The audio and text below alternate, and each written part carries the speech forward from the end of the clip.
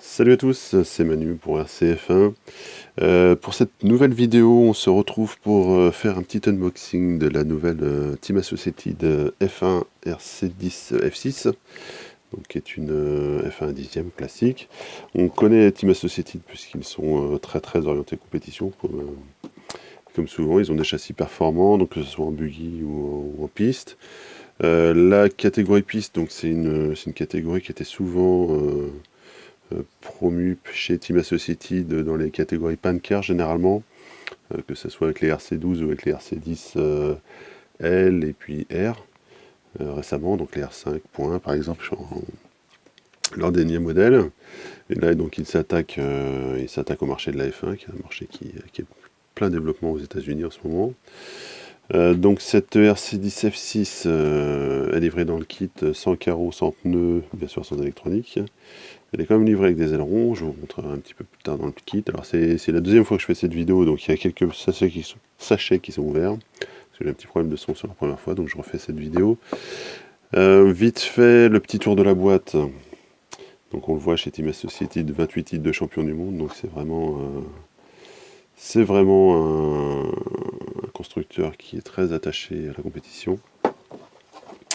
Donc ici on va retrouver donc sur le côté donc pour cette RC10 F6 les caractéristiques. Donc on va retrouver la taille, l'empattement, le poids, le giratio, oui, effectivement, et c'est une 2 roues motrices, bon, il n'y a pas de souci. Ce n'est pas un jouet bien sûr. Et puis en dessous on va retrouver un petit peu de pub pour leurs accessoires performance, que ce soit bien sûr tout ce qui est outils, électronique, cerveau, on va retrouver des huiles, et puis un petit peu de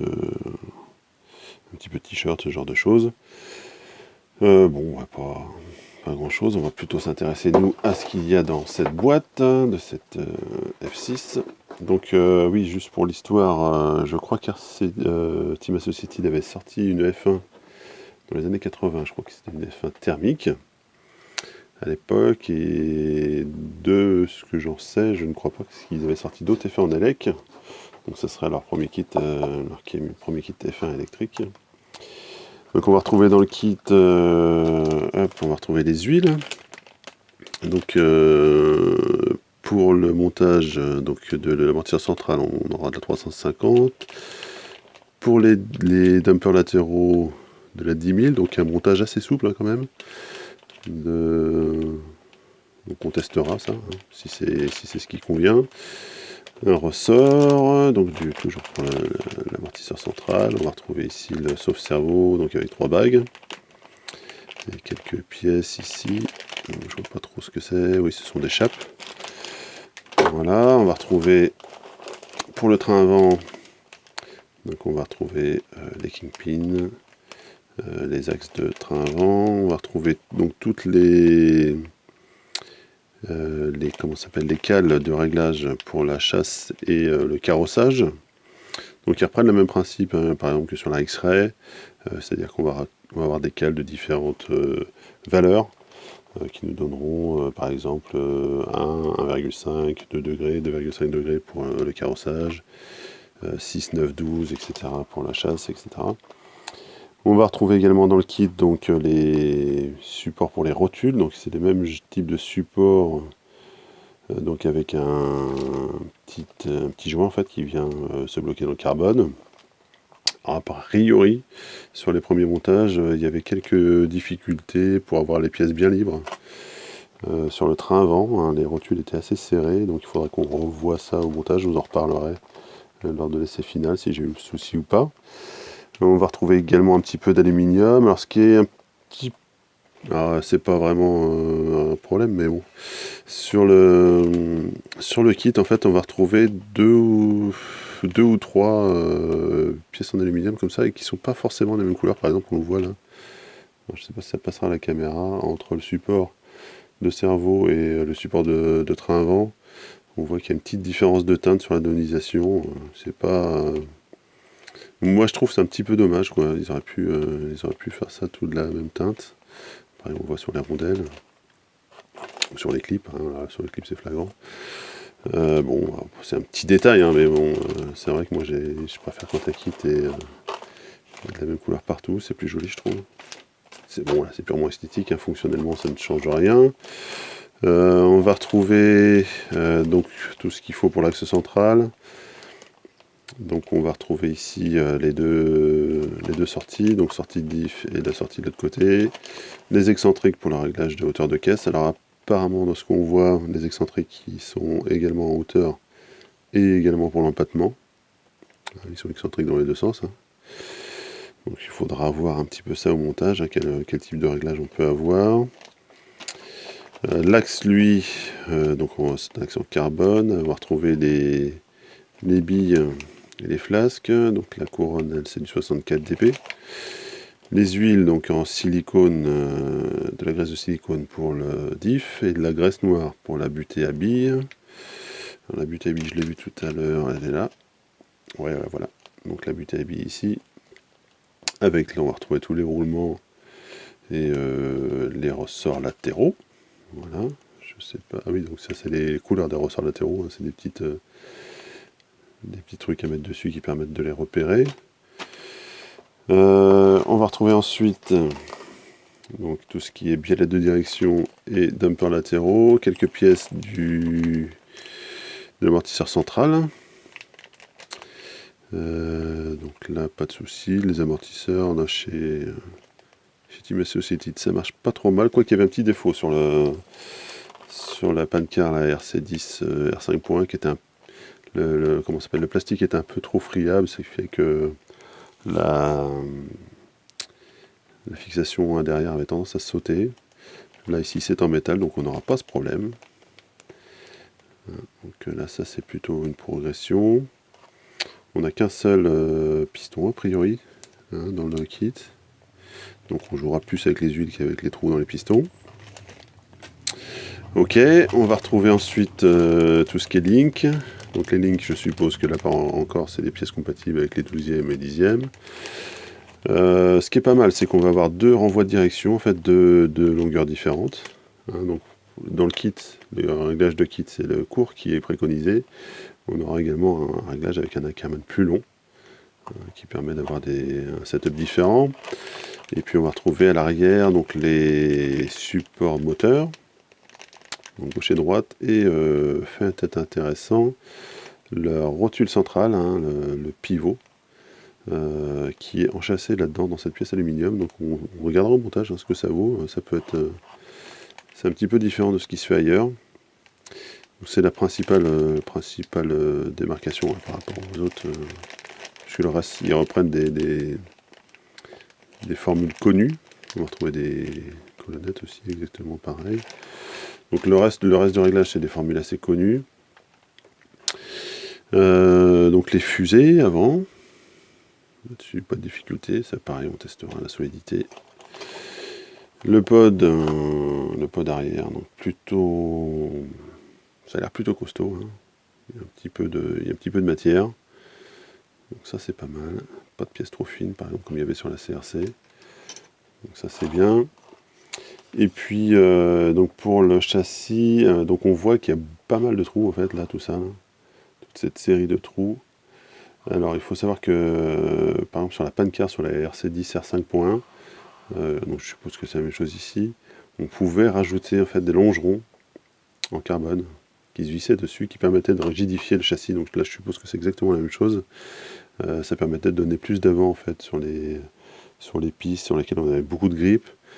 On pouvait récupérer encore un petit peu d'avant. Donc je suppose que c'est le même principe. Donc suivant le nombre de vis qu'on mettait, en fait, on rigidifiait vraiment le flex du carbone. On a quand même beaucoup de trous, hein, je trouve, dans le châssis. Donc c'est sûrement parce qu'il y a pas mal de réglages. Je sais que par exemple sur l'avant, il y a deux positions de servo différentes. Donc soit le servo entre les trains, entre les deux demi-trains, soit le servo plus en arrière avec un renvoi. Donc il y a les deux setups sont possibles. On verra ça dans le kit. Pour les pièces en carbone, donc on va retrouver un classique, les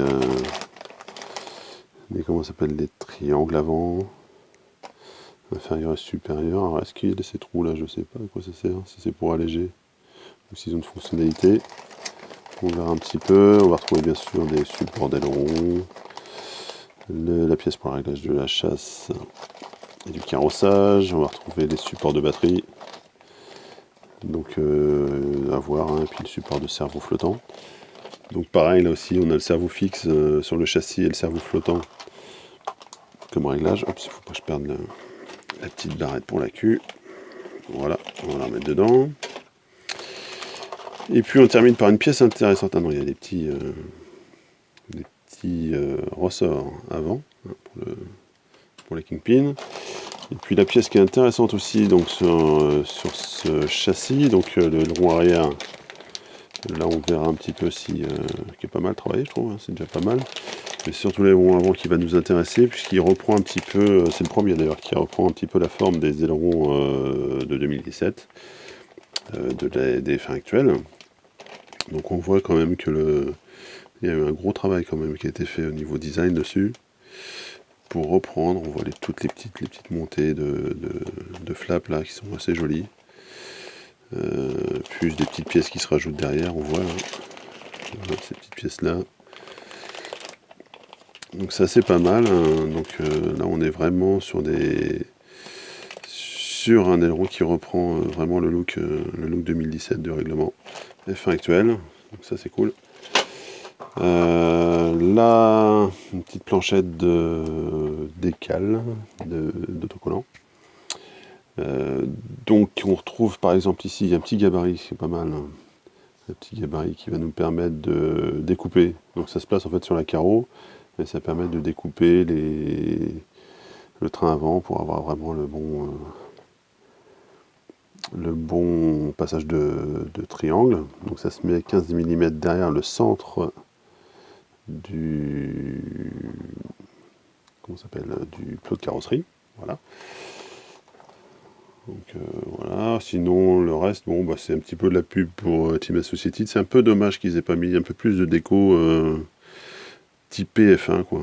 Hein, comme par exemple l'avait fait BT Design sur sa dernière, c'était pas mal. Mettre je sais pas, une petite déco de pilote ou une petite déco de casque.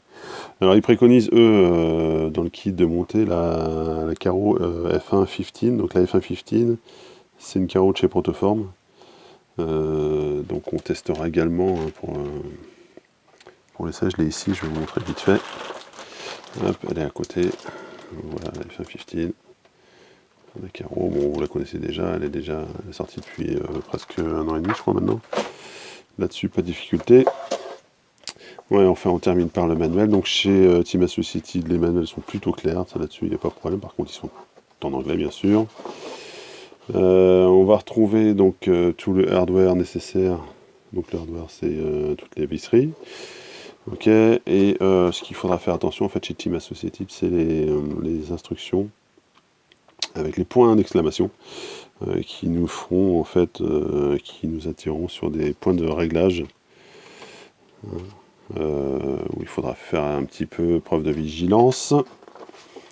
Donc voilà, bon après les étapes par étapes, aucun souci. Il vous montre, je ne sais pas si vous voyez ici, les réglages qui sont dans le setup de boîte. Donc c'est marqué kit ici. Donc ce sont les réglages préconisés. On reviendra tout à la fin, je crois qu'il y a un setup de boîte complet. Donc là-dessus on pourra tester. Là c'est pareil, vous voyez le réglage de la Karman, là c'est kit setup, c'est celui-là qu'il faudra prendre, etc. etc. Donc toutes les spécifications, toutes les options de montage et tout ça, elles sont bien sûr toutes expliquées, ça c'est super pas mal. Ouais, il faut par exemple ici, il faut faire attention à l'orientation des excentriques. Bon, on va pas détailler tout le châssis, je vais vous montrer vite fait vers la fin quelques options de montage qui sont intéressantes. Donc l'option de montage la plus La plus classique, bien sûr, c'est le montage de la batterie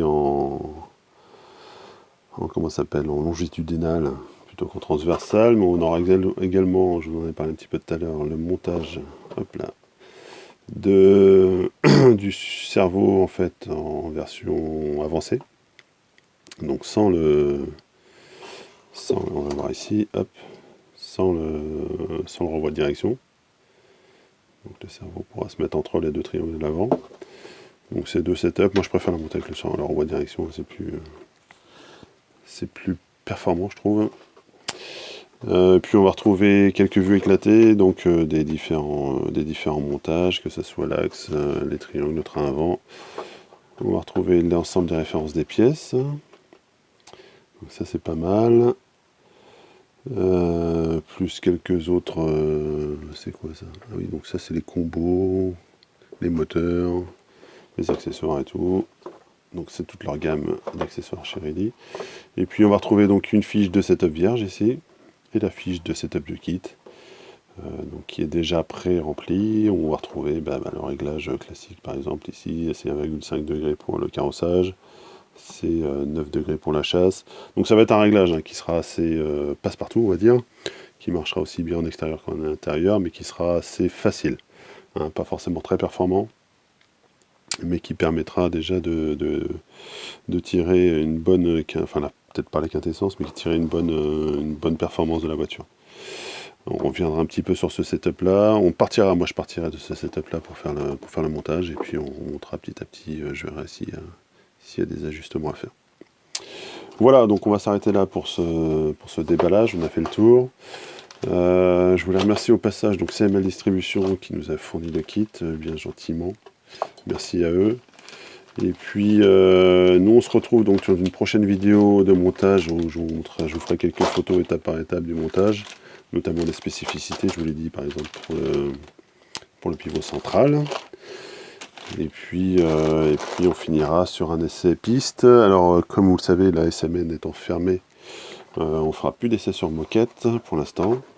Donc un essai piste sur asphalte, sur une grande piste, celle du MACN à Nantes, en espérant que les conditions s'y prêtent. Et puis je vous dis à bientôt, donc n'hésitez pas à vous inscrire comme d'habitude sur le forum de RCF1 ou nous suivre sur notre page Facebook, et également sur notre chaîne YouTube. N'hésitez pas à vous abonner sur la chaîne YouTube si vous voulez avoir les vidéos dès qu'elles sortent. Faut activer les notifications maintenant dans YouTube, donc c'est la petite cloche en haut. Pour ceux qui utilisent YouTube, je crois que vous connaissez déjà la procédure. Je vous dis à bientôt, et puis on s'arrête là. Salut!